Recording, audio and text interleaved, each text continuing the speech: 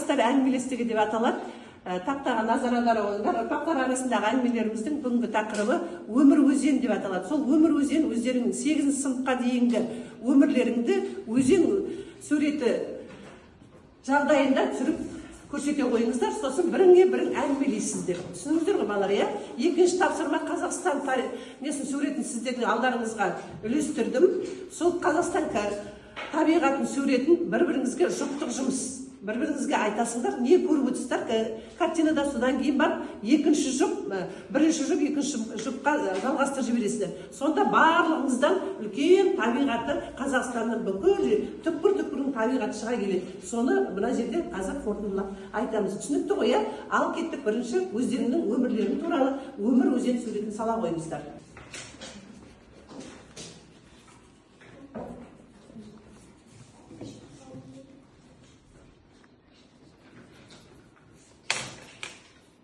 Өте жақсы өмірлеріңді өзен бейнелендіріңдер. Әдемі шығып жатыр. Шегінген қалады.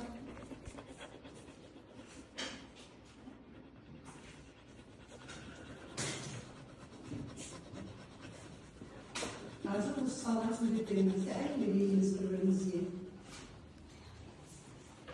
Өз қиялыңыздағы өміріңізді әңгімелеп береміз.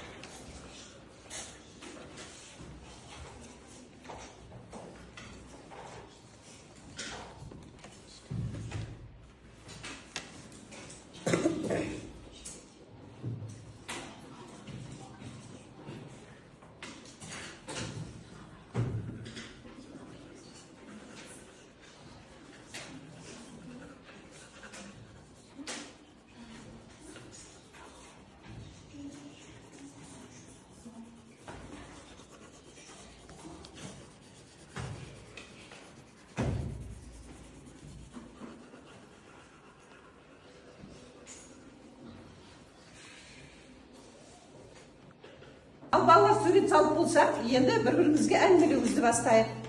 Бастайық ғой. Бұл мен бірінші сыныпта өзімнің туған өлкем Шаков ауылындағы Бауыржан мектебіне алғаш баруым. Және де бұл менің үйім. Өз үйімде ата-анаммен, отбасыммен бірге көптеген қызықты әңгімелер айтып, еркелеп өскен болатынмын. Және де 5-ші сынып енді үлкен өмірге қадам басып, жоғары буынға өту кезім. Және де осы кезде 6-шы сыныпты бітіріп, облыстық дарынды балаларға арналған Абай гимназиясына тапсырған кезім. Және де түсіп, жаңа мектепте оқып жатырмын. Көптеген тәжірибелер жинадым. Және де келесі жылы 8-ші сынып, яғни қазір біз барлығымыз керемет достар тауып, апайымызбен де бүкіл мұғалімдермен жақсы қарым-қатынас жасап, жақсы білім алып жүрген кезім.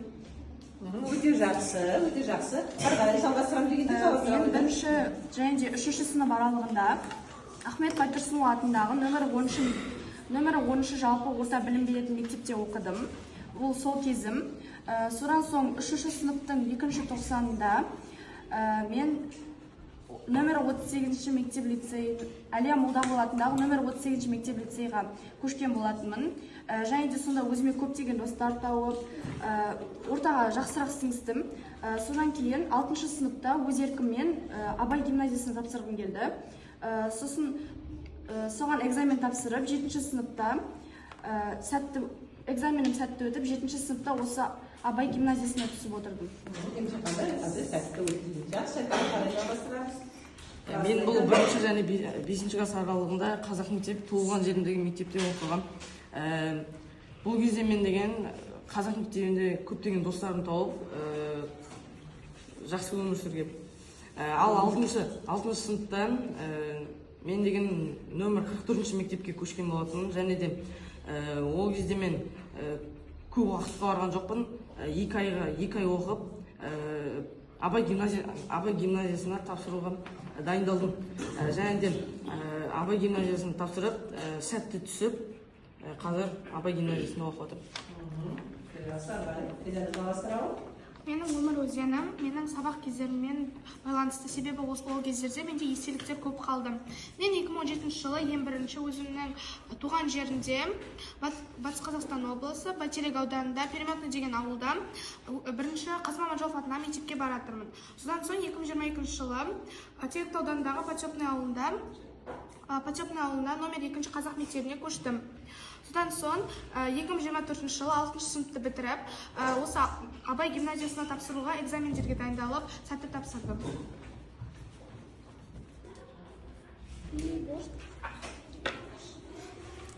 Бұл менің өмір өзенім, яғни бірінші сыныптан 8-ші сыныпқа дейінгі мектептерімді салдым. Яғни бірінші сыныптан мен өзімнің туған жерімдегі 6-шы мектепте оқыдым.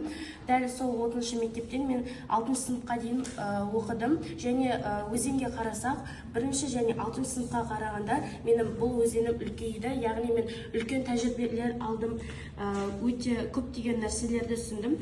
Яғни осыдан кейін өз еркіммен 7-ші сыныпқа келгенде Абай гимназиясына тапсырдым. Бұл Абай гимназиясына түсіп, мен достығымды, тәжірибелерімді өте көптеген тәжірибелер жинап, өте көптеген достар жинадым.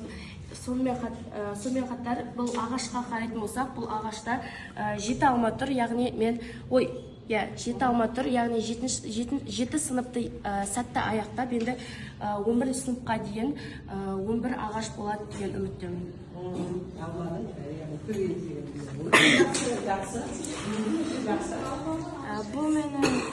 Бұл менің өмір өзенім.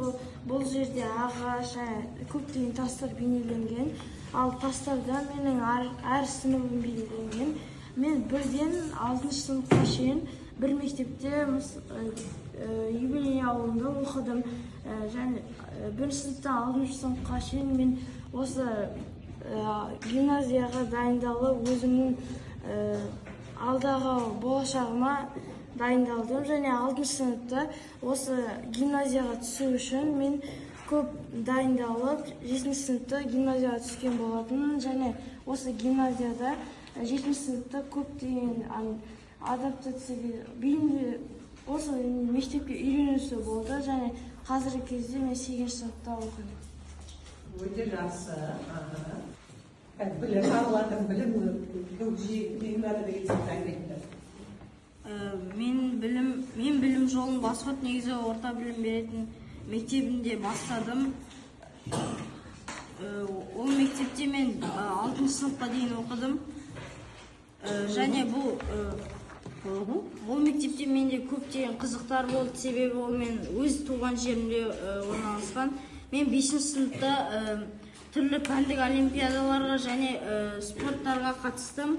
Және 6-шы сыныптан бастап мен осы Абай гимназиясына дайындалдым. Және 6-шы сынып бітірген соң тест тапсырып, осы мектепке сәтті түстім. Өте жақсы. Келесі бұл менің өмір өзенім. Онда 1-ші сыныптан бастап 8-ші сыныпқа дейін. 1-ші сыныпта мен номер 22-ші жалпы орта білім беретін мектепте оқыдым. Одан 5-ші сыныпта номер 41-ші мектеп лицейіне көштім. Ал 6-ші сыныпта номер 47-ші мектепте оқыдым. 7-ші сыныпта осы Абай гимназиясына келіп түстім. Қазіргі уақытқа дейін осында оқып жатырмын. Өстім, өмір жолдары бірнеше мектеп өткендер. Өте жақсы, ары қарай жалғастырамыз дейді. Камила жалғастырын деймін, ана жалғастырады. Өте жақсы. Мен ең бірінші өз туған жерімдегі Егіндікөл ауылындағы мектебіме түстім. Мен 1-ші сыныпта сол мектепте алғаш қадамым болатын, сабақтарын жақсы оқып, жақсы үздік оқушы болдым. Мен 5-ші сыныпқа көшкенде бастауыш сыныпта аяқтап, көптеген пәндерді оқып, әртүрлі мұғалімдермен таныстым. Мен 6-шы сыныптың аяғында 1000 бала олимпиадасына қатысып, Абай атындағы мамандандырылған мектеп гимназиясына түсуге мүмкіндік берді. Енді 8-ші сыныпта Мен осы Абай гимназиясында 2-ші жылым оқуымды жақсы бастадым деп ойлаймын. Бұл менің өмір өзенім. Мен 1-ші сыныпта туған жерімдегі номер 2-ші жалпы орта білім беретін мектепте бастадым. Мектепте көптеген қызықты сәттер болды, жаңа орта. Сол кезде мен фортепиано үйірмесіне қатыса бастадым. 2-ші сынып сол мектепте жалғастырдым. Көптеген жарыстарға қатысып, жүлделі орындарға ие болдым. 3-ші сыныпта би вокал үйірмелеріне қатыстым. 4-ші сынып ағылшын математика үйірмелеріне қатыстым. 5-ші сыныпта көптеген жарыстарға қатысып бастауыш сыныпты бітірдім. 6-ші сыныпта достық үйірмесіне қатысып Абай гимназиясына түсуге дайындалдым. 7-ші сыныпта жаңа орта, жаңа мектеппен бастадым. Абай гимназиясына сәтті түстім. 8-ші сынып жаңа оқу жылын бастадым. Балалар өмір өзендердің бәріміздің де керемет екен, иә. Жайлап өз арнасын кеңінен алып барады, иә. Жайлап ана 1-ші сыныпта бастаған өзен ертең үлкен өмір теңіз ғой, сол теңізге құйылуға сәтті болсын, бәрімізде өмірлерің ашық болсын, жолдарың ашық болсын. Жақсы, өте жақсы айтып шықтыңыздар. Енді келесі тақырып қазағым, мен туған жерімнің табиғаты, соның ішінде Қазақстан табиғатына назар салайық. Енді келесі тапсырма, 2-ші тапсырмаларыңыз менің Қазақстанның табиғат деп аталады. Мен сіздерге сондай суретті алдарыңызға үлестірдім. Сол бойынша тізбекті әңгіме құрамыз қазір. Ал кеттік 2-ші жұмысымыз. 1-ші жұмысымыз сәтті аяқталды. 2-ші жұмысымызға көшейік. Менде кім сөйлейін деді? Амина. Бұл бізде Қазақстанның кең даласы, және де тау бөктері мен тас шатқалы, және де Қазақстанның кең даласында жылқылардың жайылып жүрген көре аламыз. Менің ойымша бұл сурет өте әдемі. Бұл Қазақстанның әдемі жерлерінің бірі, ол Алатау тауы және Алатау тауының етегінде орналасқан Көлсай көлі. Бұнда туристер Қазақстанды зерттеуге келгенде осы жерлерге көбінесе келеді, және бұл Қазақстанның әдемі жерлерінің бірі болып саналады. Суретте Алтай бөктері бейнеленген, және нақтылап қарасақ, бұл жерде қызғалдақ гүлдері және Алтай таулары бейнеленген, және бұл суретке жақсы баға беремін. Өте жақсы.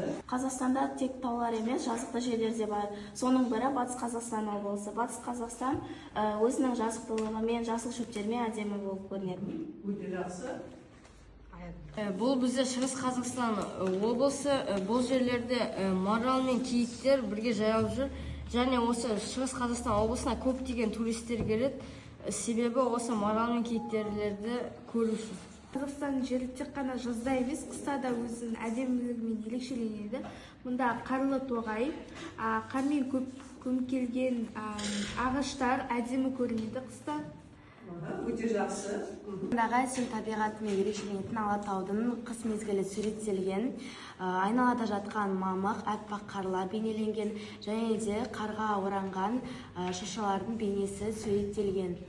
Әрбір адамға бір әдемі көңіл күй сыйлайды. Өте жақсы. Бұл суретте Көкшетау облысындағы Бурабайдағы Қарағайлы орман бейнеленген. Бұл Көкшетаудың бір-ақ бөлшегі. Бұны 2-ші Швейцария деп атауға болады, және бұл Қазақстандағы ең әдемі өлкелердің бірі. Бүгінгі тәрбие сағатымыз осымен аяқтала келді. Енді кері байланысқа сіздерге мынандай сұрақ қояйын деп отырмын. Осы жаттығулар сіздерге несімен ұнады? Сіздер өздеріңізге қандай жаңалық аштыңыздар? Қандай, әсіресе осы 2 тапсырманың қайсысы қалай ұнады? Соны бір сөзбен айта қойсаңыздар. Маған негізінен барлық ойындар, сұрақтар ұнады. Соның ішінде өмір өзен тапсырмасы ұнаған болатын, себебі өткен өміріме бір сүңгіп келгенде болдым. Және де алдағы уақытта көптеген арман, мақсаттарымды орындауға деген мотивация, шабыт ашылған. Арқылы өмір өзен, біз ол тапсырма арқылы бір-бірімізді тереңірек және бұрынғы мектептеріміз туралы көп білдік. Ал 2-ші тапсырма арқылы Қазақстанның әдемі және ерекше жерлері туралы көбірек үңілдік. Осы тәрбие сағатындағы 2 тапсырмада ұнады, бірақ қаттырақ ұнағаны осы 2-ші тапсырма. Өйткені біз мұнда тек қана өзіміздің батысымыз жайлы емес, басқа да Қазақстанның облыстарын тереңірек білдік. Табиғатында. Өте жақсы. Өте жақсы. Бүгінгі сабақта әртүрлі тапсырмалар, ойындар ұнады.